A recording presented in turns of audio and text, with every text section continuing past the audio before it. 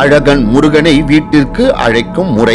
9 வளர்பிறை சஷ்டி அன்று விரதம் இருந்து முருகனுக்கு உணவு படைத்த பின் உணவருந்த வேண்டும். வளர்பிறை சஷ்டி அன்று 9 மண் அகல் விளக்கு நெய் தீபம் ஏற்றி வழிபாடு செய்ய வேண்டும். மாலை வேளையில் இதனை செய்ய வேண்டும். முருகனுக்கு சிவப்பு மலர்கள் அர்ச்சனை செய்ய வேண்டும். அன்றைய தினத்தில் 9 முறை கந்த சஷ்டி கவசத்தை படிக்க வேண்டும். இதனை 9 வாரங்கள், அதாவது 9 சஷ்டி தினத்தில் அனுசரணை செய்தவர்களுக்கு முருகன் கனவில் தோன்றி அருள்பாலிப்பார். நீங்கள் கேட்கும் வரம் கிடைக்கும். மேலும் ஒரு குறிப்பிட்ட நாளில் பக்தர்கள் வடிவில் யாசகராக வந்து உணவு அருந்த காத்திருப்பார். நீங்கள் அவர்களை உதாசீனப்படுத்தாமல் உணவு அளிக்க வேண்டும். சஷ்டி அன்று இது நடைபெறும். இல்லையெனில் ஏதாவது ஒரு தினத்தில் கட்டாயம் உணவு சமைக்கும் வேளையில் யாசகர்கள் வருவார்கள். யாசகர்கள் உருவத்தில் அந்த முருகப்பெருமானே வருவார். இது அனுபவ ரீதியில் நான் பெற்றது.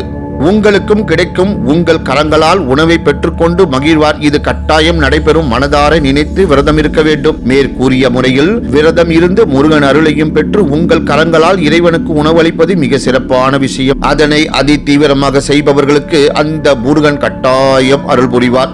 முக்கியமாக முருகன் பக்தர்களை கைவிடுவதில்லை. ஏதாவது ஒரு வழியில் அவர்களுக்கு உதவி செய்வார். ஓம் சரவணபவ. ஓம் கந்தா போற்றி. நன்றி, வணக்கம், வாழ்க வளமுடன்.